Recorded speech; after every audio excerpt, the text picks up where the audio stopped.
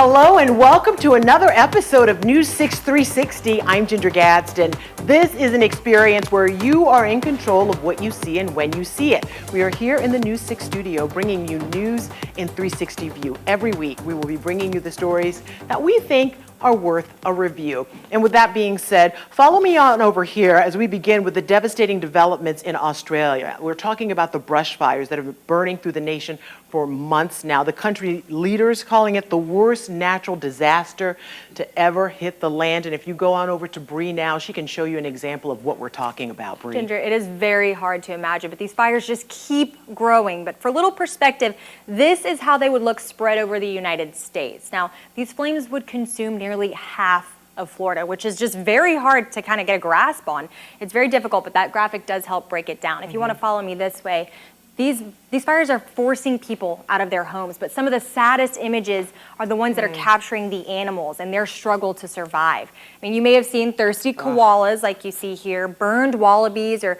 kangaroos jumping to safety as the fires burn through their homes.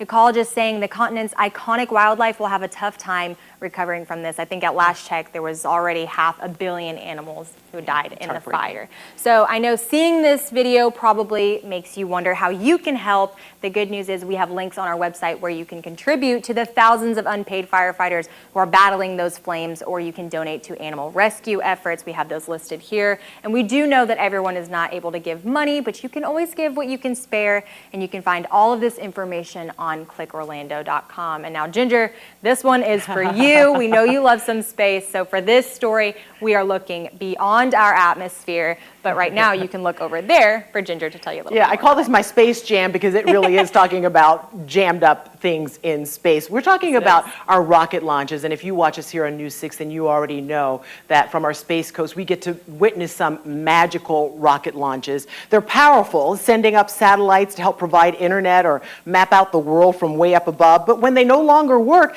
they don't just magically come down, thank goodness for that, and it's causing a bit of traffic in outer space. So take a look at all this stuff orbiting the Earth right now. The different dots you see right there, well, these represent satellites, rocket parts, and even debris. Now, they're not exactly causing a gridlock, but they are causing some traffic in space.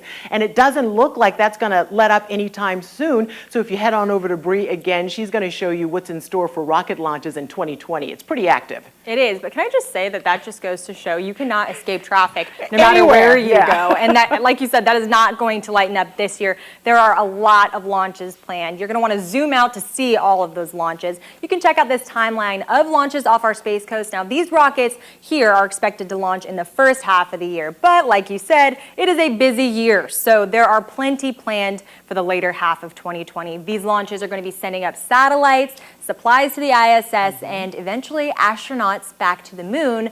But like you said, there's no space traffic rules, so those things are staying there until someone can get up there and work on some traffic regulations. We are going to send Troop Receive to space. That is our next mission. But finally, we have a great update for you guys on a story that we've been following about a little girl who has been an inspiration to all of us here at News 6. So go ahead and pan over to Ginger for that. An inspiration to people around the world, really, when you know about her story. Her name is Chloe Bella Carvalho, and she is doing well after receiving a life-saving blood transfusion. She received a blood stem cell transplant that will help her body recover from a high dose of chemotherapy needed to treat her very rare form of leukemia. Now, Chloe was diagnosed last year after her stomach began expanding, and she just stopped acting like herself. And after News 6 aired her story, her family's prayers were finally answered, and she found that rare match, and that was no easy task. Bree? No, that is fantastic. And you did say Chloe's condition is considered very rare, but just to help us get a better understanding of just how rare it is, you can swipe over to this monitor.